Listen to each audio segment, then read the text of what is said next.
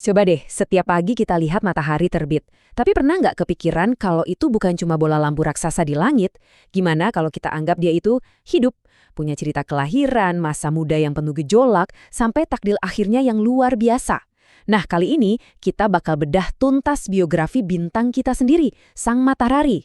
Oke, pertama-tama biar kebayang segede apa sih matahari itu, coba bayangin bumi kita. Sekarang kalikan masanya 330.000 kali. Ya, segitulah beratnya matahari. Gila kan? Saking masifnya, hampir semua materi di tata surya, tepatnya 99,86%, itu ya matahari itu sendiri. Sisanya cuma remah-remah termasuk planet kita. Nah, massa sebesar itu jelas punya kekuatan yang luar biasa. Gravitasinya itu loh, benar-benar kayak lem super raksasa yang menyatukan seluruh tata surya. Tanpa lem dari matahari ini, planet-planet, asteroid, komet, termasuk bumi kita, ya udah bakal terlempar entah kemana di angkasa yang dingin dan gelap. Jadi, kita utang budi banget sama gravitasinya. Oke, jadi sebenarnya raksasa gas ini isinya apa aja sih? Dan udah berapa umurnya? Yuk kita kenalan lebih jauh sama komposisi dan usianya. Ternyata resep matahari itu simple banget loh. Sebagian besar, ya sekitar 73% itu isinya hidrogen. Terus 25%-nya helium. Sisanya cuma secuil, sekitar 2%. Itu campuran elemen lain kayak oksigen, karbon, dan teman-temannya. Nah, hidrogen inilah yang jadi bahan bakar utamanya, yang terus-terusan dibakar di pusatnya. Kalau soal umur, matahari kita ini udah cukup senior. Umurnya 4,6 miliar tahun. Bisa dibilang dia lagi di puncak karirnya di usia parubaya yang paling stabil. Para astronom menyebut fase ini deret utama. Dan enaknya, dia diperkirakan masih bakal santai bersinar kayak gini buat 5 miliar tahun ke depan. Jadi kita masih aman. Oke, sekarang siap-siap ya. Kita bakal melakukan sesuatu yang mustahil. Kita akan menyelam masuk ke dalam matahari. Kita telusuri lapis demi lapis dari permukaannya sampai ke intinya yang super panas. Lapisan pertama yang kita temui, yang kelihatan dari bumi, namanya fotosfer. Inilah permukaan matahari. Suhunya sekitar 5.500 derajat Celcius. Tapi jangan bayangin permukaannya mulus ya. Justru sebaliknya. Ini kayak lagi lihat panci supraksasa yang lagi mendidih hebat. Pola gelembung-gelembung ini disebut granulasi. Dan setiap gelembung gas panas yang muncul itu ukurannya bisa sebesar satu negara di bumi. Kebayangkan? Nah, persis di bawah permukaan tadi ada yang namanya zona konveksi. Analoginya masih sama, panci mendidih raksasa. Di lapisan inilah energi itu diaduk-aduk.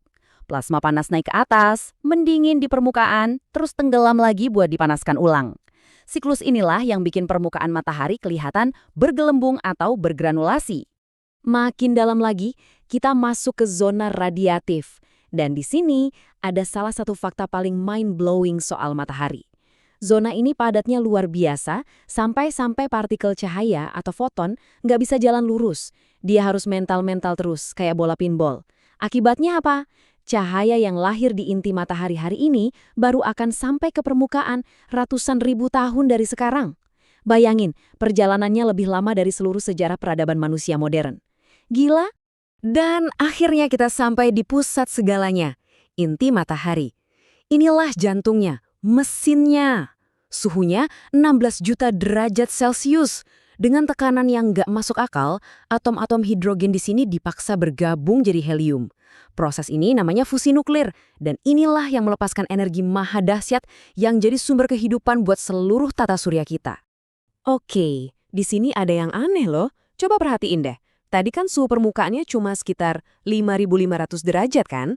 Tapi anehnya, atmosfer luarnya yang disebut corona, suhunya justru melonjak drastis sampai 2 juta derajat. Kok bisa atmosfernya jauh lebih panas daripada permukaannya? Ini beneran salah satu misteri terbesar yang sampai sekarang bikin pusing para ilmuwan. Kalau kamu pikir matahari itu tenang-tenang aja, salah besar. Permukaannya itu justru panggung buat pertunjukan kekuatan magnetik yang super dramatis. Dan yang paling penting, dampaknya bisa kita rasakan sampai di bumi. Biang keladi semua drama ini, medan magnet matahari yang super kompleks. Kadang kita lihat ada bintik matahari, itu area yang kelihatan lebih gelap karena sedikit lebih dingin, tempat medan magnetnya lagi nongol ke permukaan. Nah, kalau medan magnet ini korslet, bisa terjadi ledakan energi dahsyat yang namanya suar surya. Tapi ada yang lebih sangar lagi, lontaran massa corona atau CME. Ini ledakan raksasa yang ngelempar miliaran ton plasma ke angkasa dengan kecepatan gila.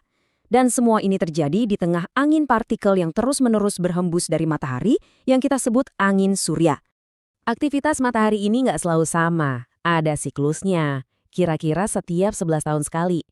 Ada masanya dia lagi kalem, ini disebut minimum surya. Bintiknya sedikit, adem ayem. Tapi ada juga masanya dia lagi marah-marahnya, pas maksimum surya. Nah, di saat inilah permukaannya penuh bintik. Dan sering banget terjadi ledakan suar dan CME yang powerful. Ini bisa bahaya loh, bisa ganggu satelit kita, bahkan jaringan listrik di bumi. Sama kayak makhluk hidup, matahari kita juga punya awal dan akhir. Kisah hidupnya ini, sebuah epik kosmik yang panjangnya miliaran tahun. Jadi ceritanya gini, sekitar 4,6 miliar tahun lalu, matahari lahir dari kepulan awan gas dan debu raksasa. Sekarang dia lagi di fase dewasanya yang stabil santai membakar hidrogen. Tapi bahan bakarnya kan nggak abadi. Sekitar 5 miliar tahun lagi, hidrogen di intinya bakal habis. Nah, saat itulah drama dimulai. Intunya bakal menyusut dan makin panas, yang justru bikin lapisan luarnya mengembang jadi super besar, menjadi apa yang disebut raksasa merah.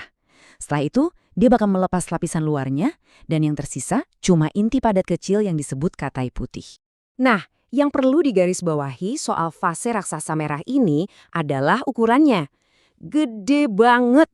Saking gedenya, matahari bakal melahap Merkurius dan Venus. Habis. Terus gimana nasib bumi? Ini masih jadi perdebatan para ahli. Tapi kemungkinan besar, planet kita juga bakal ikut ditelan dan berakhir di dalam lautan api atmosfer matahari. Tenang, ini semua baru akan terjadi miliaran tahun dari sekarang. Jauh banget dari masa hidup kita. Tapi ini tetap memunculkan satu pertanyaan besar kan? Takdir akhir bintang kita adalah menghancurkan rumah kita. Kira-kira, sebagai manusia, apakah kita nantinya bisa pindah dari planet ini? Bisakah kita selamat dari kiamat yang disebabkan oleh bintang kita sendiri? Coba deh, renungkan.